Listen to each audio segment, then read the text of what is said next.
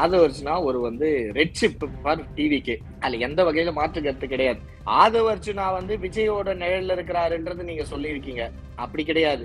ஆதவர்ஜுனாவோட நிழல்ல தான் சிஎம் விஜயே இருக்காரு. ஆதவர்ஜுனா தான் நிழல் சிஎம்மா, அதாவது பதவி ஏற்றும் போது விஜய் சொன்னாப்ல, எனக்கு பவர் சென்டரே கிடையாது, ஒரே சென்டர் நான் மட்டும் தான் சொல்லிட்டு இன்னைக்கு சுத்தியுமே பவர் சென்டர் வச்சிட்டாரு. இங்க ஒரே சென்டர் தான், என் தலைமையில் உண்டான சென்டர். இந்த பக்கம் ஒரு சென்டர், இந்த பக்கம் ஒரு பவர் சென்டர், அங்க ஒரு பவர் சென்டர், அதெல்லாம் கிடையவே கிடையாது. இப்பவே சொல்லிடுறேன். தன்னைத்தானே பெரிய அறிவாளி மாதிரி, தன்னைத்தானே பெரிய அதி புத்திசாலி மாதிரி, தனக்கு தான் எல்லாமே தெரியும், தனக்கு தான் தெரியும். இப்ப பொலிட்டிக்கல் ஸ்ட்ராட்டஜிஸ்ட்லே வேர்ல்ட்லே நம்பர் 1ன்ற மாதிரி எனக்கு எல்லாமே தெரியும். அண்ணா காலத்துல இருந்து திமுக தெரியும், எம்ஜிஆர் காலத்துல இருந்து எனக்கு திமுக தெரியும், எம்ஜிஆர் என்ன பண்ணான்னு எனக்கு மட்டும் தான் தெரியும். இப்ப யாரு ஆதவர்ஜுனா? யாரு? அதிமுக எடப்பாடி பழனிசாமி உரிமையில பேசினாப்ல, அவங்க கூட்டணியில் இருக்கிற காங்கிரஸ் கட்சியை வேட்பாளர் போடுறதுக்கு ஒரு துப்பு இல்லாத கட்சின்னு சொன்னவர் ஆதவர்ஜுனா. விசிகா தலைவரை அண்ணா உங்க சுத்தி ஒரு 4 பேர் இருக்கான், அவ்வளவுதான், தொண்டர்கள்லாம் என் பக்கம் வந்துட்டாங்க சொல்லி விசிகாவை சீண்டிருந்தும் ஆதவர்ஜுனா. அதாவது திமுக கூட்டணியில இருந்து அவங்க அதிமுக சப்போர்ட் பண்றாங்க, அவங்க சப்போர்ட்டே பண்ணிட்டு போட்டா அது ஒரு பிரச்சனையும் கிடையாது. அம்மையார் பிரேமலதா விஜயகாந்த் அவர்கள் கரெக்டா சொல்லியிருக்காங்க, நீ அப்படி சொன்னா எனக்கு ஹிந்தி தெரியாது போடான்ட்டு அண்ணன் உதயநிதி ஸ்டாலின் அவர்கள் உருவாக்கப்பட்ட வாக்கியம் தான் ஹிந்தி தெரியாது போடா. அந்த ஹிந்தி தெரியாது போடான்றத பதில் சொல்லுவேன்றத சொல்லியிருக்காங்க.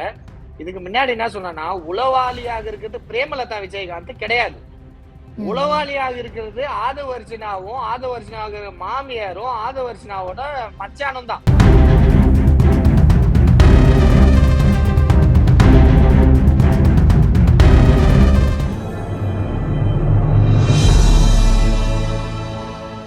தமிழ் மீடியா நேயர்களுக்கு அன்பு வணக்கம். இன்றைய நேர்காணலில் நம்மளோட இணைந்திருப்பவர் அரசியல் விமர்சகர் ஹேமந்த் அண்ணாதுரை. வணக்கம் சார். வணக்கம். பிரேமலதா தேமுதிக தலைவர் பிரேமலதா விஜயகாந்த் அவர்கள் பிரஸ் மீட் அதிரடியாக கொடுத்துருந்தாங்க. யாரை நோக்கி அப்படின்னா ஆதவர்ஜுனா. ஸோ இப்போ பார்க்கக்கூடியது, அதாவது சிஎம்மோட நிழலாக தான் ஆதவர்ஜுனா இருக்காரு அப்படிங்கிற மாதிரி தான் இப்போ சொல்லப்படுது எல்லார் பக்கமும். அவர் என்ன சொல்லியிருக்காரு அப்படின்னா, துரந்தர் போல பிரேமலதா அவர்கள் செயல்பட்டு கொண்டு இருக்கிறார் அப்படின்னு சொல்லிட்டு பகிரங்கமாக ஒன்று சொல்லியிருக்காங்க. அதுக்கு பிரேமலதா அவர்களும் பிரஸ் மீட்டில் தெளிவாக சொல்லியிருந்தாங்க, எனக்கு ஹிந்தி தெரியாது போடான்னு சொல்ல எனக்கு எவ்வளோ நேரம் ஆகும் அப்படிங்கிறத மறைமுகமாக அவங்க பறைசாற்றிருந்தாங்க. ஸோ அப்படிங்கிறப்போ இது எப்படி எடுத்துக்கிறது, எதனால அந்த ஒரு வார்த்தையை அவர் சொல்லியிருப்பாருன்னு நினைக்கிறீங்க பிரேமலதா அவர்கள் மேல? அதாவது ஆதவர்ஜுனா அவரை பத்தி பேசணும்னா, ஆதவர்ஜுனா ஒரு ரெட் ஷிப் ஃபார் டிவிகே. அதுல எந்த வகையில மாற்று கருத்து கிடையாது. ஆதவர்ஜுனா விஜயோட நிழல்ல இருக்கிறாருன்றது நீங்க சொல்லியிருக்கீங்க. அப்படி கிடையாது. ஆதவர்ஜுனாவோட நிழல்ல தான் சிஎம் விஜயே இருக்காரு. இன்னைக்கு செயல்படக்கூடிய முதல்வரா இருக்கிறது ஆதவர்ஜுனா தான். அவங்க இயக்கத்தின் தோழர்களே ஒரு ஆய்வு பண்ணி ரிப்போர்ட் மதுரவாயில்ல நினைக்கிறேன், மதுரவாயில் எம்எல்ஏ ஸ்கூல்ஸ் எல்லாம் ஆய்வு பண்ணிட்டு ஒரு ரிப்போர்ட் எடுத்து போய் காட்டுறாரு. அந்த ரிப்போர்ட் யாரு கிட்ட காட்டுறாருன்னா ஆதவர்ஜுனா கிட்ட தான் காட்டுறாரு. அதிமுக 3 எம்எல்ஏகள் சபாநாயகர் கிட்ட ரிசைனேஷன் லெட்டர் கொடுத்துட்டு யாருடா பாக்குறாங்கன்னா ஆதவர்ஜுனாவை தான் பாக்குறாங்க. ஆதவர்ஜுனாவை தான் நிழல் சிஎம்மா, அதாவது பதவி ஏற்றும் போது விஜய் சொன்னாப்ல, எனக்கு பவர் சென்டரே கிடையாது, ஒரே சென்டர் நான் மட்டும் தான் சொல்லிட்டு இன்னைக்கு சுத்தியுமே பவர் சென்டர் வச்சிட்டாரு. விஷ்ணு ரெட்டியாக இருந்தாலும் சரி, ஆதவர்ஜுனா ரெட்டியாக இருந்தாலும் சரி, ராதன் பண்டிட்டாக இருந்தாலும் சரி, ஜெகதீஷ் பழனிசாமியாக இருந்தாலும் சரி, இது மாதிரி சுத்தி சுத்தி சுத்தி சுத்தி பவர் சென்டர் வச்சிட்டாரு. இவங்களை தாண்டி தான் விஜய போய் யாரா இருந்தாலும் பார்க்க முடியும். அது முதலீட்டாளர்களாக இருந்தாலும் சரி, முக்கியஸ்தர்களாக இருந்தாலும் சரி, முக்கியமான தலைவர்களா இருந்தாலும் சரி, இவங்க மூலமா தான் அப்பாயின்மெண்ட் வாங்கி போயிட்டு விஜயை பார்க்கணும்ன்றது ஒரு சூழ்நிலை, ஒரு கட்டமைப்பு, ஒரு அறிவிக்கப்படாத உத்தரவு எல்லாம் இருக்கிறத பார்த்திருக்கோம். விஜய் யாரும் போய் பார்க்கல. இப்படி இருக்காரு. அந்த ஆதவர்ஜுனா டோட்டலா டிவிக்கு விஜயை முற்று விடலான்றதுல முடிவா இருக்காரு. ஏன்னா அவரோட பேச்சு தன்னைத்தானே பெரிய அறிவாளி மாதிரி, தன்னைத்தானே பெரிய அதி புத்திசாலி மாதிரி, தனக்கு தான் எல்லாமே தெரியும், தனக்கு தான் தெரியும். இப்ப பொலிட்டிக்கல் ஸ்ட்ராட்டஜிஸ்ட்லே வேர்ல்ட்லே நம்பர் 1ன்ற மாதிரி எனக்கு எல்லாமே தெரியும். அண்ணா காலத்துல இருந்து திமுக தெரியும், எம்ஜிஆர் காலத்துல இருந்து எனக்கு திமுக தெரியும், எம்ஜிஆர் என்ன பண்ணான்னு எனக்கு மட்டும் தான் தெரியும். இப்ப யாரு? நான் தப்பா பேசுறேன்னு நினைக்கிறேன். ஆதவர்ஜுனா யாரு? எம்ஜிஆர் காலத்துல நீ என்ன பண்ணிட்டு இருந்த? பிறந்தியா நீ? ஃபர்ஸ்ட் எனக்கு எம்ஜிஆருக்கு அந்த சூழ்ச்சி எல்லாம் தெரியும். இது மாதிரி அதான் அந்த இயக்கம் வந்து பொய்யிலே பிறந்து, பொய்யிலே வளர்ந்து, பொய்யிலே உருவாகி, பொய்யிலே வளர்ந்து, பொய்யிலே செயல்பட்டு கொண்டிருக்கிற டிவிக்கு வந்து இந்த மாதிரி தலைவர்கள் இப்ப பிரேமலதா விஜயகாந்த் மட்டும் அவர் அப்படி பேசல. அவங்க கூட்டணியில இருக்கிற இப்போ கூட்டணியில இருக்கிற காங்கிரஸ் கட்சிய வெளிவாக்க தேர்தல் பிரச்சாரத்துல எவ்வளவு அசிங்கமா பேசினாரு. காங்கிரஸ் வேட்பாளர் இன்னும் போடல, தேடிட்டு இருக்காங்க அன்ட்டு பேசினாரு. ஏடிஎம்கே தலைவர்கள் எடப்பாடி பழனிசாமி, புசி ஆனந்த் கூட ஒரு வாக்கிங் போற மாதிரி இவங்களே வீடியோ எடுத்து வெளியிட்டதுதான். ஆனா இந்த வருவானா அந்த கட்சி வருவானான்னு காத்துங்கிறான் எடப்பாடி பழனிசாமி ஒருமையில பேசினாப்ல. அதிமுக எடப்பாடி பழனிசாமி ஒருமையில பேசினாப்ல. அவங்க கூட்டணியில இருக்கிற காங்கிரஸ் கட்சியை வேட்பாளர் போடுறதுக்கு ஒரு துப்பு இல்லாத கட்சின்னு சொன்னவர் ஆதவர்ஜுனா. விசிகா தலைவரை வந்து அண்ணா உங்க சுத்தி ஒரு 4 பேர் இருக்கான், அவ்வளவுதான், தொண்டர்கள்லாம் என் பக்கம் வந்துட்டாங்க சொல்லி விசிகாவை சீண்டிருந்தும் ஆதவர்ஜுனா. இது மாதிரி வந்து பிரேமலதா விஜயகாந்த் இப்ப சீண்டி இருக்காரு.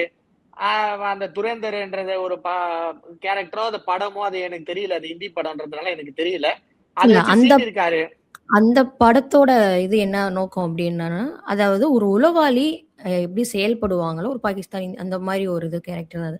அப்படிங்கிறப்போ பிரேமலதா அவர்களை சொல்றப்போ அது எப்படி பார்க்கப்படுது அப்படின்னா, அதாவது உளவாளியைத்தான் திமுகவில் இருந்து கொண்டு மற்ற கட்சிகளுக்கு அவங்க உளவாளி வேலையை தான் பார்த்துட்டு இருக்காங்க. அதாவது அதிமுகவில் அவங்களுக்கு ஒரு ராஜ்யசபா கொடுக்கறதா சொல்லப்பட்டுச்சு. அங்க கொடுக்கல அப்படின்னு தாவிட்டாங்க திமுகக்குன்றது பார்க்க முடிஞ்சது.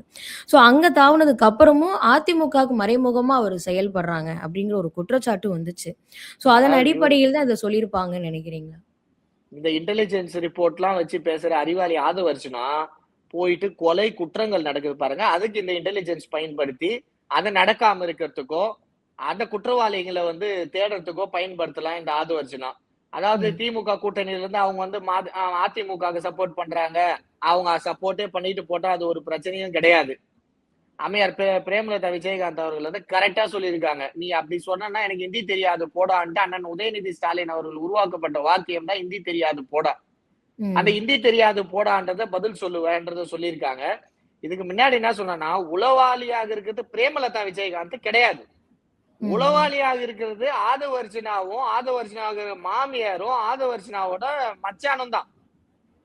இந்த 2 மாநிலத்துல உளவாளி வேலையை செஞ்சுட்டு இருக்காங்க மோடிக்கு. நீங்க அதாவது எனக்கும் அந்த குடும்பத்துக்கு ஒண்ணுமே இல்ல, மார்ட்டினோட மகன் வந்து அவன் வந்து அமாவாசை, அவன் கொஞ்சம் கொஞ்சமா அழிப்பான், எங்க குடும்பத்தை ஒழிச்சான், எங்க குடும்பத்தை பிரிச்சான், இன்னைக்கு உங்களை வந்து இது பண்ணிட்டு இருக்காங்கன்னு மார்ட்டின் மகன் சொன்னாரா இல்லையா? எல்ஜேகே கட்சியோ எல்ஜேகோ கட்சி வச்சு நடத்திட்டு இருக்காரு, எல்கேஜி கட்சின்றது. அந்த கட்சி நடத்துறது சொன்னாப்லயே இல்லையா ஆதவர்ஜுனாவை? ஆதவர்ஜுனாவோட பதவியேற்புக்கு அதிமுகவில் வெற்றி பெற்ற சட்டமன்ற உறுப்பினர்கள் அவங்க மாமியார் வந்தாங்களா இல்லையா? அப்போ நீங்க வெளியில சண்டை மாதிரி காமிச்சிட்டு நீங்க தான் உளவாளியா இருக்கீங்க, எல்லா கட்சியிலும் இருக்கிறீங்க. அவரு அதிமுகவோட கூட்டணியில பாண்டிச்சேரியில வெற்றி பெற்றிருக்காரு, உங்க மாமியாரு அதிமுக வெற்றி பெற்றிருக்காங்க, நீங்க தாவேகால வெற்றி பெற்றிருக்கீங்க, எல்லாம் ஒன்னாதான் இருக்கீங்க, ஒன்னாதான் சுத்துறீங்க. அப்ப நீங்க தான் உளவாளியா இருக்கிறீங்க. டிவி கோட விஷயம் வெளியில போறது ஆதவர்ஜுனா மூலமா தான் போகும் வீட்டுல. அதிமுக இருக்கிற பிரச்சனையை எடப்பாடி பழனிசாமி, சி.வி. சண்முகம், எஸ்.வி. வேலுமணி பிரச்சனைய லீமா ரோஸ் வந்து அந்த பிரச்சனையை முடிவுக்கு கொண்டு வர்றாங்க. சபாநாயகர் இருக்கை பக்கத்துல அமர்ந்து உட்கார்றாங்க. இது யாரோட உளவாளி? லீமா ரோஸ் ஏடிஎம்கே இருக்கிற லீமா ரோஸ் தாவேகாவோட உளவாளி. தாவேகால இருக்கிற ஆதவர்ஜுனா ஏடிஎம்கேவோட உளவாளி. ஏடிஎம்கேல இருந்து வர்றவங்க அதே மாதிரிதான். ஏடிஎம்கேல இருந்து வந்த சட்டமன்ற உறுப்பினர்கள் சபாநாயகரை பார்த்து யாரு வந்து பார்த்தாங்க? அந்த கட்சியோட தலைவரோ பொதுச் செயலாளரையோ போய் பார்க்கல, உங்களை வந்து பாக்குறாங்க. அப்ப நீங்க தான் அதிமுகவோட உளவாளி. இவங்க தான் அதிமுகவோட உளவாளி. ஆதவர்ஜுனா தான் அதிமுகவோட உளவாளியை தவிர யாரும் வந்து, அதாவது அவ்வளவுதான் சொல்ல முடியும். வேணாம். இல்ல. இது எதனால சொல்றாருங்கிறத பார்க்க முடியுது சார். ஏன்னா திமுகல இருக்கக்கூடிய கூட்டணி கட்சிகள்லாம் பெரும்பான்மை நிரூபிக்கிறதுக்காக வெளியிலேருந்து ஆதரிக்கிறோம்னு சொல்லிட்டு போயிட்டாங்க. அப்படி இருக்கிறப்போ தேமுதிக தான் போகும் அப்படிங்கிற மாரி பார்க்கப்பட்டுச்சு. ஏன்னா விஜயகாந்த் அவர்களுக்கும், விஜய்க்கும் ஒரு நல்ல நட்புறவு இருக்கு. அப்படிங்கிற மாரி பார்க்கப்பட்டது இல்லையா? ஸோ அதன் அடிப்படையில் தேமுதிக போகும் அப்படின்னு எதிர்பார்க்கப்பட்டது. அது வரல. அதாவது அப்ரோச் பண்ணி அவங்க வரலங்கிறனால அந்த ஒரு ஆதங்கத்தினால இத சொல்லியிருப்பாருன்னு நினைக்கிறீங்களா? அதாவது விஜயகாந்துக்கும் விஜய்க்கும் பெரிய நட்புறவு இருந்ததுன்றதே பொய். விஜயகாந்த் வந்து உடல்நல குறைவால பாதிக்கப்பட்ட போது விஜய் போய் பார்க்கல. ஈவன் விஜயகாந்தோட மரணத்துக்கு கூட போய் விஜய் பார்க்கலன்றது ஒரு குற்றச்சாட்டு இருக்கு. அதுக்கப்புறம் அவரோட படத்துல ஏஐல விஜயகாந்த் யூஸ் பண்ணாங்க. அதுக்கு போய் பர்மிஷன் கேட்கறதுக்கு போயிட்டு துக்கம் விசாரிச்சுட்டு வந்தவர் தான் இந்த விஜய். சோ சுயநலமா அந்த விஷயத்துல செயல்பட்டாரு. ஒரு நட்புணர்வோட, ஒரு அண்ணன் தம்பி பாசத்தோட எல்லாம் கிடையாது. அது வந்து நிதர்சனமான உண்மை. அப்படி இருந்துதானா அவர் வந்து நோய்வாய்ப்பட்டு ஒரு 6 மாத காலம் ரொம்ப உடல்நிலை மோசமா இருந்த காலத்துல போயிட்டு ஒரு வாட்டியோ 2 வாட்டியோ போய் பார்த்துட்டு வந்திருக்கணும். அது பார்க்கல. அதாவது தேமுதிக வந்து அவங்களுக்கு போய் ஆதரவு தரலன்றதுனால தாவேகாவோட ஆதவர்ஜுனா இப்படி பேசுறாருன்னு நீங்க நினைக்க வேணாம். அதுதான் சொல்றேனே. ஆதரவு தந்த இயக்கத்தையே அப்படி பேசியிருக்காரு. ஆதரவு தராத இயக்கத்தை பேசுறது வந்து பெருசா நினைக்க முடியாது. ஆதவர்ஜுனாவோட இன்பில்ட் கேரக்டர் அது. இன்னும் கொஞ்சம் கொஞ்சமா தான் வரும் வெளியில. இன்னும் அதிகாரிகளை குறை சொல்லுவாரு, ஐஏஎஸ் ஆபீசர்ஸ குறை சொல்லுவாரு. ஏன்னா அவரு குறை சொல்லாத ஆளுன்றதே கிடையாது. அதான் சொன்னேன், தன்னைத்தானே பெரிய புத்திசாலியா நினைச்சுதான் அவர் எல்லா பேட்டியும் கொடுத்திருக்காரு. அது அவரோட கேரக்டர். அது சில கேரக்டர்ன்ற மாதிரி அந்த கேரக்டர் திறந்தவே திறந்தாது. அது அமாவாசை கேரக்டர். அது பேசிட்டே தான் இருக்கும். அதுல தக்க பழுதடி ஹிந்தி தெரியாது போடான்ட்டு ஃபர்ஸ்ட் பிரேமலதா விஜயகாந்த் அவர்கள் வந்து ஆரம்பிச்சிருக்காங்க. இனி ஒவ்வொரு கட்சியும் வந்துட்டு அவர் ஆதரிக்கும் போது உள்ள பேசும்போது, அதாவது மந்திரி அறையிலேயே வந்து அவர் உட்கார்ந்துட்டு சில கருத்துக்கள்லாம் பேசுறாருன்றது வெளியில வந்திருக்கு. அவங்க கட்சி எதிர்த்தே வந்து சில இதெல்லாம் பேசிட்டு இருக்காருன்றது ஒரு வெளியே வந்திருக்கு. இன்னும் ஒரு மாசத்துல வந்து அவர் புசி ஆனந்த் திட்டுற ஆடியோக்களும் அவர் புசி ஆனந்த் திட்டுற வீடியோக்களுமே வந்து வெளியில வரலாம். நான் கேள்விப்பட்டது. ஆனா கண்டிப்பா வெளியே வரும். ஓகே. ஆனா சார், ஒரு தரப்பினர் என்ன பார்க்குறாங்க அப்படின்னா, பிரேமலதா விஜயகாந்த் அவர்கள், ஸ்டாலின் அவர்கள் மேடையில் இருக்கும்போதே, இந்த ஆட்சியில 2 கூட்டம் தான் நடக்குது. மகளிருக்கு பாதுகாப்பு இல்ல. இந்த மாரி சொல்லியிருந்தாங்க. அப்படிங்கிறப்போ, அவர வச்சுக்கிட்டே பேசினது பெரும் சர்ச்சையா தான் போயிட்டு இருந்தது அந்த தருணத்தில. ஸோ அதன் அடிப்படையில் தான், அதாவது எதுக்கு அந்த ஸ்டேஜ்ல ஒரு தலைவர் இருக்கிறப்போ, ஒரு தலைவரோட அந்த கட்சியே தப்பான ஒரு இது சாட்டுறப்போ, ஸோ அப்போ உளவாளியா தான் அவங்க செயல்பட்டு கொண்டிருக்காங்க. அதன் அடிப்படையில் தான் அவர் சொல்லியிருப்பாரு. அப்படின்ற ஒரு தரப்பினரும் ஆதரவு தெரிவிக்கிறாங்க இல்லையா? இல்ல. அவங்க வந்து பேசுறது வந்து தமிழ்நாட்டிலயும் தமிழ்நாட்டுக்கு தேவையானத எல்லா திட்டத்தையும் வந்து முதலமைச்சர் வந்து நிறைவேற்றிட்டாரு. எல்லாருமே வந்து மகிழ்ச்சியில இருக்காங்க. 2 பிரச்சனை தான். சட்டம் ஒழுங்கு பிரச்சனையும், பெண்களுக்கு வந்து பாலியல் தொல்லை இருக்கிறது தான் 2 பிரச்சனையா இருக்குதுன்றது அவங்க வந்து ஒரு பொதுவா டக்குன்ட்டு பேசிட்டாங்க.